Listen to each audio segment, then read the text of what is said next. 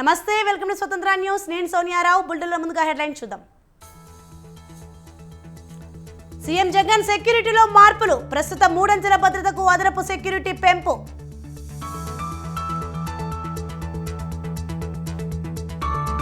కాసేపట్లో కేసరపల్లి నుంచి జగన్ బస్సు యాత్ర ప్రారంభం.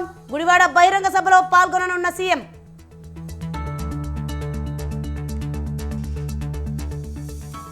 ఇవాళ శ్రీకాకుళం జిల్లాలో చంద్రబాబు ప్రచారం. రాజాం పలాసలో రోడ్ షో, సభలు.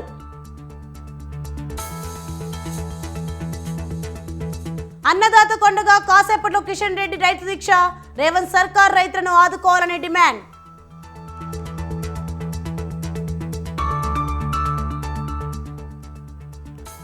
ఛత్తీస్గఢ్ ఎన్కౌంటర్ పై మావోయిస్టులు కన్నెర్ర. 5 రాష్ట్రాల్లో బంద్ కు పిలుపు.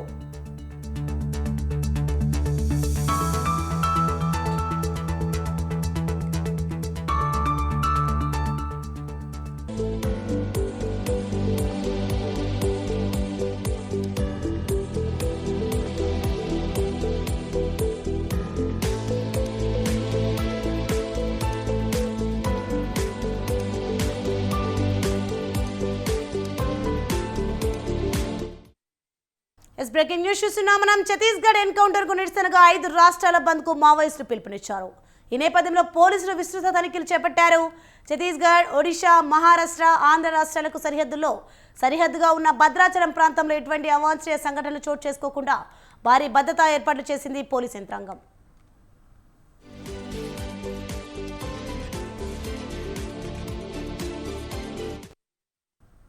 ఇదే అంశం మరింత సమాచారం మా ప్రతి సుధాకర్ ఫోన్లలో అందిస్తారు. సుధాకర్, చెప్పండి. ఛత్తీస్గఢ్ ఎన్కౌంటర్ నిరసనగా 5 రాష్ట్రాల బంద్ కు మావోయిస్టులు పిలుపునిచ్చినట్లు చూస్తున్నాం. దీనిపైన అప్డేట్స్ ఏంటి? Thank you Soni. గత నెల రోజుల నుంచి ఇప్పటి వరకు 4 ఎన్కౌంటర్ జరిగాయి. 4 ఎన్కౌంటర్లో 20 పైకి మావోయిస్టులు ముఖ్యంతో పాటు ఈ రోజు దండకార్యం నుంచి రాష్ట్ర కేంద్ర కమిటీకి సంబంధించిన కార్యదర్శి 5 రాష్ట్రాలకు బంద్ పిలుపుడం జరిగింది. 5 రాష్ట్రాల్లో చూస్తే ఇటు తెలంగాణ, ఛత్తీస్గఢ్, మహారాష్ట్ర, ఆంధ్రప్రదేశ్, మధ్యప్రదేశ్ తో పాటు ఈ 5 రాష్ట్రాలకు బంద్ పిలుపునిచ్చడంతో పాటు ఈ రోజు ఉదయం నుంచి తెల్లవారుజాము నుంచి మొత్తం ఏజెన్సీ ప్రాంతంలో అలజడి నెలకొందని చెప్పుకోవచ్చు. ఏజెన్సీ ప్రాంతాలకు సంబంధించిన వారు ఎవరైనా కూడా ఎక్కడి నుంచి వచ్చినా కూడా వారిని క్షుణ్ణంగా డేగకళ్లతో పరిశీలిస్తున్న పోలీసులు వీరికి ఎలాంటి ఇబ్బందులు కలగకుండా ఇటు స్థానికంగా ఉన్న ఏజెన్సీ వాసులైతే ఎవరైతే ఉన్నారో వాళ్ళకి ఎలాంటి ఇబ్బందులు కలగకుండా ముందస్తు జాగ్రత్తగా ఇటు తెలంగాణ రాష్ట్రానికి సంబంధించి ఉమ్మడి వరంగల్ జిల్లా గోదావరి పరివార ప్రాంతం ఏదైతే ఉందో ములుగు జిల్లా, భద్రాద్రి కొత్తగూడెం, దాంతో భద్రాద్రి కొత్తగూడెం, భూపాలపల్లి జిల్లాలో పాటు వెంకటపురం, వాజేడు, దుమ్మగూడ, చెర్ల మండలం తనిఖీలకు పోలీసులు ముమ్మరంగా తనిఖీలు నిర్వహించడం జరుగుతుంది. మొత్తం ఈ యొక్క రహదారులు కూడా నిర్మాషంగా మారిపోయినాయి. వరంగల్ ఉమ్మడి జిల్లా వ్యాప్తంగా ఏజెన్సీ ప్రాంతాల్లో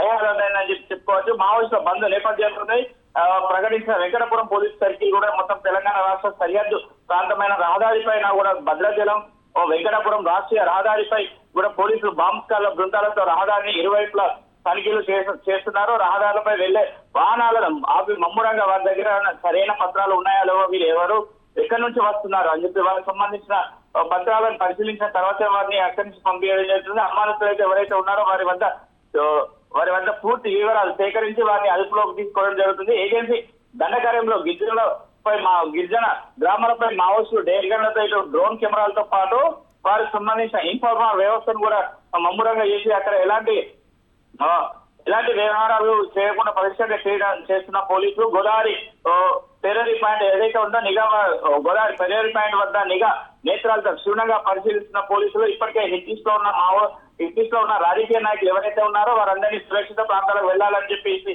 పోలీసులు ముందస్తుగా సూచించడం జరిగింది. అదే కాకుండా ఇప్పుడు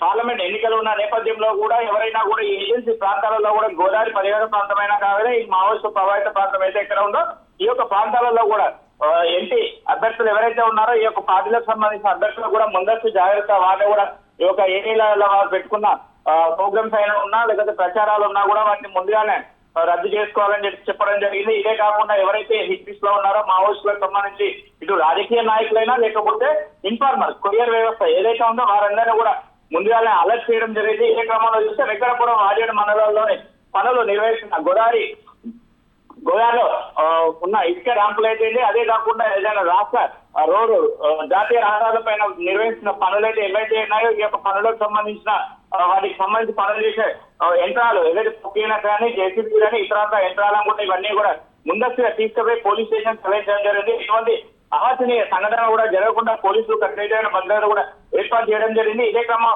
ఏర్పాటు చేయడం జరిగింది. దీంతో పాటు ఏజెన్సీలో ఉన్న ఎవరైతే అనుమానితులు అయితే ఉన్నారో వారిని కూడా క్షుణ్ణంగా పరిశీలించడం జరుగుతుంది. గూడాలలో కూడా ఇప్పుడు ఏజెన్సీలో ఉన్న ఏవైతే గూడాలు ఉంటాయో ఈ యొక్క గూడాలకు సంబంధించిన వారిని కూడా ఛత్తీస్గఢ్ కానీ ఇటు తెలంగాణ సరిహద్దు ప్రాంతాలలో ఉన్న గుర్తుపై ఎవరైతే ఉన్నారో వారిని కూడా మొత్తం వారిపైన కూడా పోలీసులు ఒక నిఘా టీం ఏర్పాటు చేసి వారి యొక్క కదలికలను కూడా క్షుణ్ణంగా పరిశీలించడం జరుగుతుంది. మావోయిస్టులు కూడా ఎందుకంటే ఎండాకాలంలో మొత్తం ఆకు కాలిపోవడంతో పాటు మావోయిస్టులు కూడా ఉండడానికి కూడా స్థావరాలు ఉన్నాయి, కాకపోతే గుట్టలు ఉన్నాయి. గుట్టల్లో కూడా యొక్క వేడికి తట్టుకోలేని పరిస్థితి ఉందన్న సందర్భంలో కూడా గోదావరిలో ఏదైతే అటు ఇటు వెళ్ళడానికి మర బోట్లు అయితే ఉన్నాయో మరపడవలు ఉంటాయి. ఈ యొక్క మరపడవలను కూడా వారిని కూడా నడిపే వారిని కూడా పోలీసులు క్షుణ్ణంగా పరిశీలించి వారిపైన విచారణ కూడా చేపట్టడం జరుగుతుంది. వారు కూడా ఎలాంటి వారిని కూడా రాకుండా ఇతర ప్రాంతాల నుండి ఛత్తీస్గఢ్ కానీ ఇటు తెలంగాణ సరిహద్దు గోదావరి ఉంది, గోదావరికి రావడానికి కూడా వారిని కూడా మహారాష్ట్ర నుంచి కూడా రాకుండా అడ్డుకోవడానికి కూడా పోలీసులు కూడా ఈ యొక్క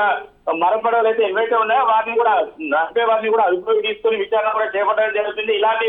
ఇలాంటి అవాంఛనీయ సంఘటనలు జరగకుండా ఈ యొక్క బంద్ విజయవంతం చేయాలని చెప్పేసి అటు మావోయిస్టులు కూడా కంకణం కట్టుకుని వారు కూడా కొన్ని ప్రాంతాలలో కూడా ముందస్తు పిలుపునియడంతో పాటు వ్యాపారులు కూడా స్వచ్ఛందంగా కొంతమంది బంద్ చేయడం జరిగింది. వీటిని కూడా పోలీసులు తెరిపించే ప్రయత్నాలు చేస్తున్నారు. కానీ ఇటు మావోయిస్టు పోలీసుల మధ్యలో ప్రజలే నలిగిపోతున్నారని చెప్పి ఉద్దేశంతో పాటు ఇటు వ్యాపారస్తులు కూడా వారు మేము అయినగా తీస్తాం లేకపోతే మళ్ళీ తీస్తామని చెప్పి చెప్పడంతో పాటు వారు కూడా పోలీసులు కూడా వారిని అక్కడ ఎలాంటి ఇబ్బందులు పెట్టకుండా గురి చేయకుండా వదిలిపెట్టి వెళ్ళడం జరుగుతుంది.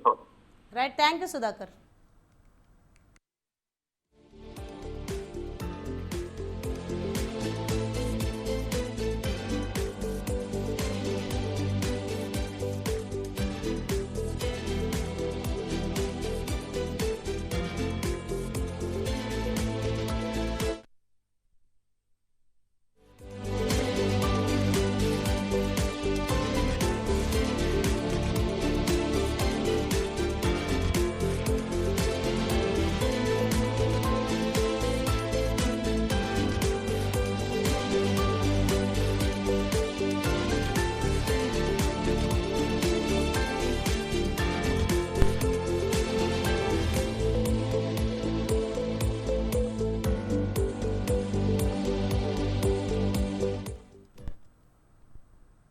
బీఆర్ఎస్ ఎమ్మెల్సీ కవితను రావుస్ అవెన్యూ కోర్టులో హాజరుపరిచారు సిబిఐ అధికారులు.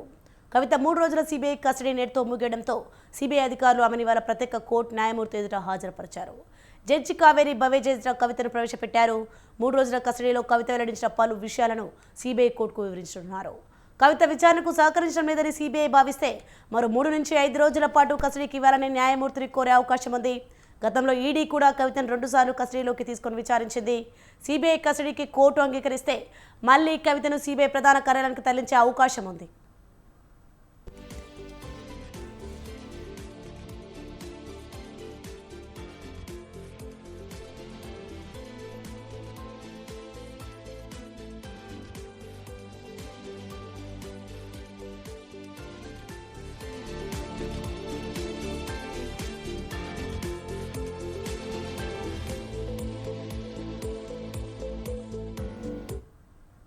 బ్రేకింగ్ న్యూస్ చూస్తున్నాం మనం. బీఆర్ఎస్ ఎమ్మెల్సీ కవితను రావుస్ అవెన్యూ కోర్టులో హాజరుపరిచారు సిబిఐ అధికారులు.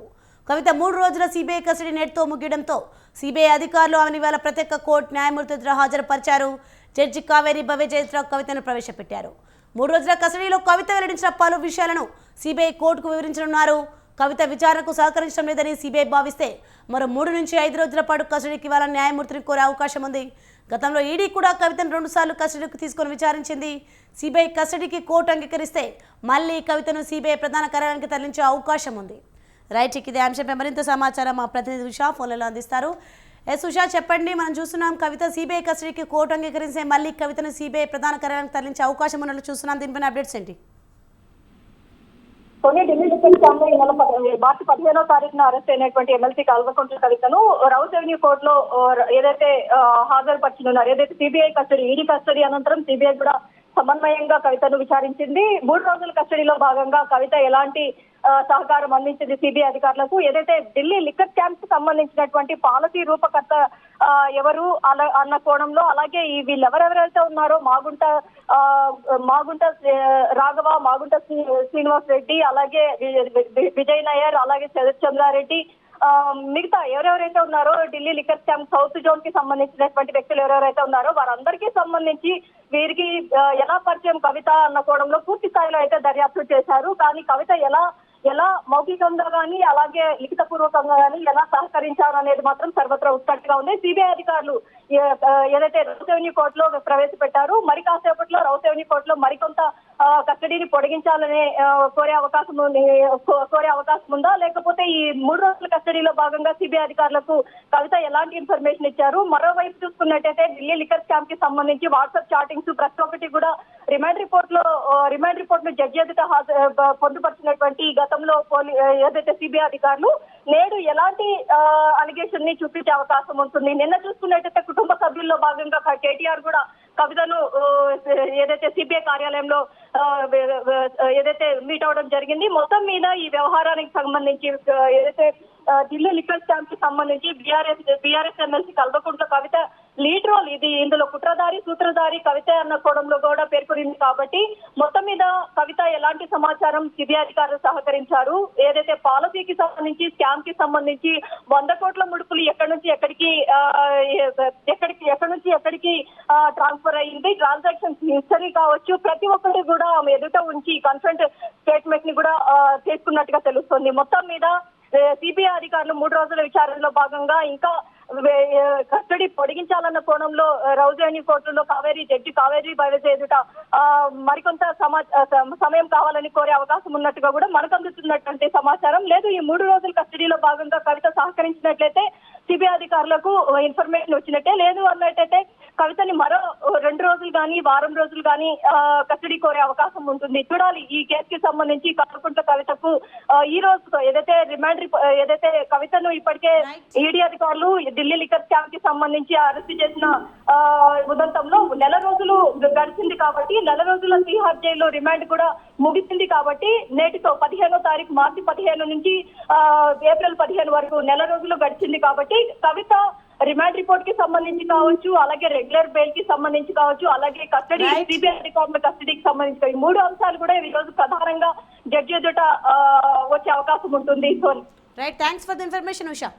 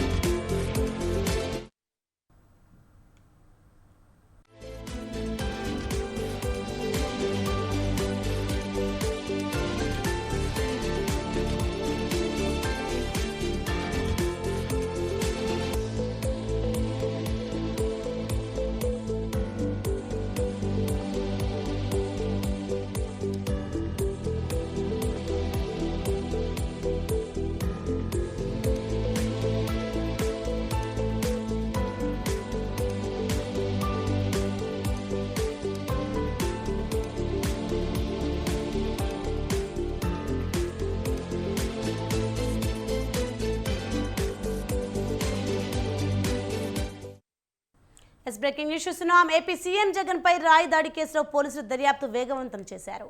ఈ కేసుకు సంబంధించి కీలక ఆధారాలు లభ్యమయ్యాయి. ఇప్పటివరకు 40 మందిని పోలీసులు ప్రశ్నించారు. CC footage, cell phone, towers data ఆధారంగా దర్యాప్తు చేపడుతున్నారు. సిట్ ఆధ్వర్యంలో రంగంలోకి దిగిన 6 ప్రత్యేక బృందాలు ఏర్పాటు చేశారు. దాడి జరిగిన స్పాట్లో 20,000 సెల్ ఫోన్లు యాక్టివ్గా ఉన్నట్లు పోలీసులు గుర్తించారు. అటు దాడి అనంతరం తొలిసారి జగన్ జనంలోకి రానున్నారు. జగన్ పై దాడితో ఒకరోజు యాత్రకు బ్రేక్ ఇచ్చారు. కాసేపట్లో 15వ రోజు యాత్ర ప్రారంభం కానుంది.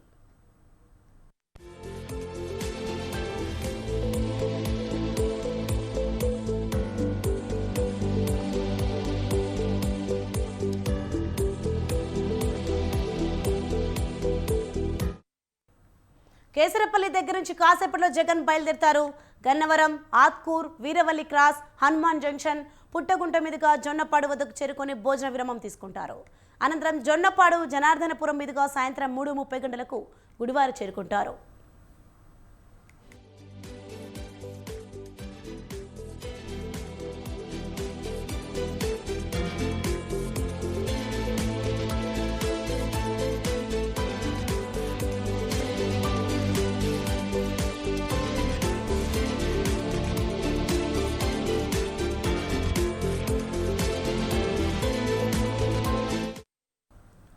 గుడివాడలో మేమంతా సిద్ధం బహిరంగ సభలో పాల్గొంటారు జగన్. అనంతరం హనుమాన్ జంక్షన్ జాతీయ రహదారి గుండుగోలను మీదుగా నారాయణపురం వద్ద ఏర్పాటు చేసిన రాత్రి బస శిబిరానికి సీఎం జగన్ చేరుకుంటారు.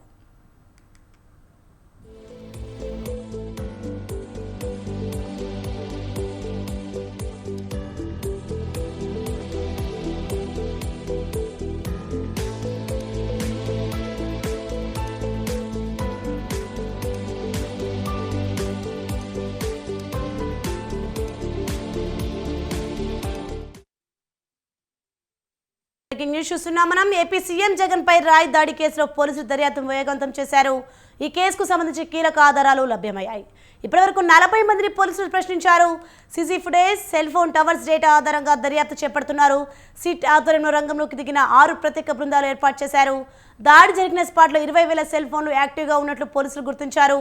అటు దాడి అనంతరం తొలిసారి జగన్ జనంలోకి రానున్నారు. జగన్ పై దాడితో ఒకరోజు యాత్రకు బ్రేక్ ఇచ్చారు. కాసేపట్లో 15వ రోజు యాత్ర ప్రారంభం కానుంది.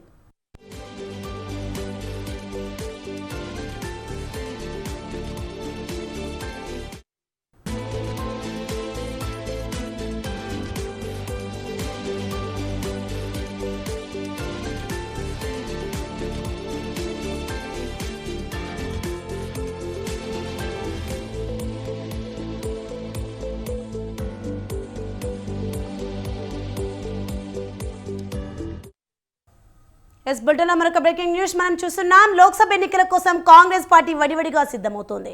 ప్రధాన పార్టీలతో పోలిస్తే అభ్యర్థుల ఎంపికలో కొంత వెనుకబడినట్టు కనిపించినా ప్రచారంలో మాత్రం ముందంజలో ఉండేందుకు ప్రయత్నిస్తోంది.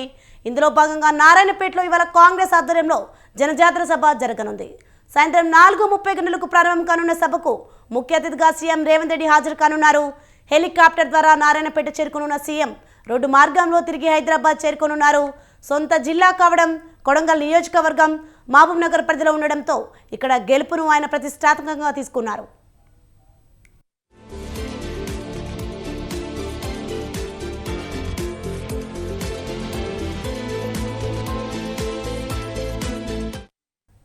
బ్రేకింగ్ న్యూస్ చూస్తున్నాం మనం. లోక్సభ ఎన్నికల కోసం కాంగ్రెస్ పార్టీ వడివడిగా సిద్ధమవుతోంది. ప్రధాన పార్టీలతో పోలిస్తే అభ్యర్థుల ఎంపికలో కొంత వెనుకబడినట్టు కనిపించినా ప్రచారంలో మాత్రం ముందంజలో ఉండేందుకు ప్రయత్నిస్తోంది. ఇందులో భాగంగా నారాయణపేటలో ఇవాళ కాంగ్రెస్ ఆధ్వర్యంలో జనజాతర సభ జరగనుంది. సాయంత్రం 4:30 గంటలకు ప్రారంభం కానున్న సభకు ముఖ్య అతిథిగా సీఎం రేవంత్ రెడ్డి హాజరు కానున్నారు. హెలికాప్టర్ ద్వారా నారాయణపేట చేరుకోనున్న సీఎం రోడ్డు మార్గంలో తిరిగి హైదరాబాద్ చేరుకోనున్నారు. సొంత జిల్లా కావడం, కొడంగల్ నియోజకవర్గం మహబూబ్ నగర్ పరిధిలో ఉండడంతో ఇక్కడ గెలుపును ఆయన ప్రతిష్టాత్మకంగా తీసుకున్నారు.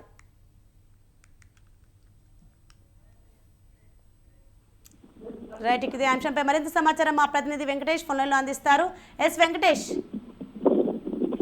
ఈ రోజు లోక్సభ ఎన్నికల ప్రచారంలో భాగంగా సీఎం రేవంత్ రెడ్డి నారాయణపేట జిల్లాకు రానున్నారు. దీనికి సంబంధించి ఇప్పటికే సీఎం కు సంబంధించిన సభ ఏర్పాట్లు చేస్తున్నారు. కాంగ్రెస్ పార్టీ ఆధ్వర్యంలో జనజాతర సభ పెద్ద ఎత్తున నిర్వహించేందుకైతే కాంగ్రెస్ శ్రేణులు కృషి చేస్తున్నాయని చెప్పవచ్చు. మొదటిసారిగా అంటే గతంలో సొంత జిల్లా కావడంతో గతంలో కూడా నారాయణపేట జిల్లాకు వచ్చి కోస్గిలో వివిధ అభివృద్ధి కార్యక్రమాలకు శంకుస్థాపన చేశాడు. మరోసారి జిల్లాకు రావడం ఉన్న నేపథ్యంలో రెండోసారి సీఎం ఈ జిల్లాకు వస్తున్నారని చెప్పవచ్చు. దీనికి సంబంధించి ఇప్పటికే సింగారం గేట్ వద్ద అక్కడ చౌరస్తాలో హెలిప్యాడ్ నిర్మించాలి. దానికి సంబంధించిన ఏర్పాట్లను కూడా ఎస్పీ కాంగ్రెస్ నియోజకవర్గ incharge Kummam సుమకుమార్, MLA పర్ణికర్ Reddy, DSP వీళ్ళంతా పోలీసులు కూడా భారీ బందోబస్తు ఏర్పాటు చేసి ఆ సంబంధించిన ఆ హెలిప్యాడ్ వద్ద జన జాతర సభకు సంబంధించిన ప్రాంగణం వద్ద కూడా భారీ బందోబస్తు ఏర్పాటు చేశారని చెప్పవచ్చు. ముఖ్యంగా పార్లమెంటు సంబంధించిన ఎన్నికల ప్రచారంలో భాగంగానే సీఎం రేవంత్ రెడ్డి ఉమ్మడి పాలమూరు జిల్లాలోని 2 పార్లమెంటు స్థానాలను కైవసం చేసుకోవడానికి అయితే పావులు కదుపుతున్నారని చెప్పవచ్చు. దీంతో పాటు రేవంత్ రెడ్డి సొంత జిల్లా కావడంతో ఇక్కడ 2 స్థానాలపైన ప్రత్యేకంగా దృష్టి సారించారని చెప్పవచ్చు. ప్రధానంగా తన నియోజకవర్గం కొడంగల్ కూడా మహబూబ్నగర్ లోక్సభ స్థానం పరిధిలోనే ఉంది. ఈ నేపథ్యంలో ఎలాగని ఈ 2 స్థానాలను ఖచ్చితంగా కాంగ్రెస్ పార్టీ గెలుచుకోవాలనుకుంటుంది. ఇప్పటి నుంచి అంటే right, thanks for the information Venkatesh.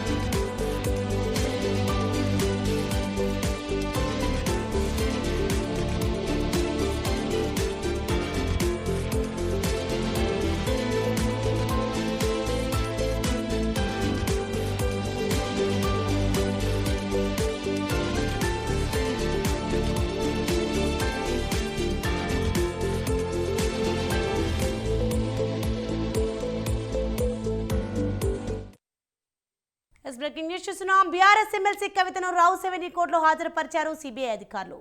కవిత 3 రోజుల సిబిఐ కస్టడీ నేటితో ముగియడంతో సిబిఐ అధికారులు ఆమెను ఇవాళ ప్రత్యేక కోర్టు న్యాయమూర్తి ఎదుట హాజరుపరిచారు. జడ్జి కావేరి బవేజ్ ఎదుట కవితను ప్రవేశపెట్టారు. ఈ నెల 23 వరకు జ్యుడిషియల్ కస్టడీ విధించింది కోర్టు.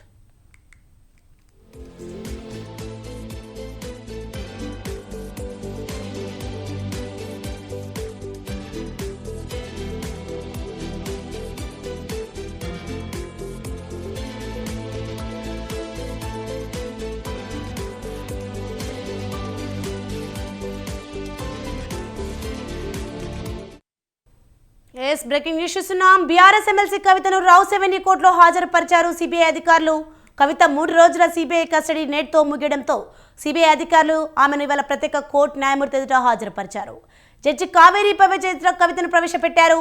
ఈ నెల 23 వరకు జ్యుడిషియల్ కస్టడీ విధించింది కోర్టు.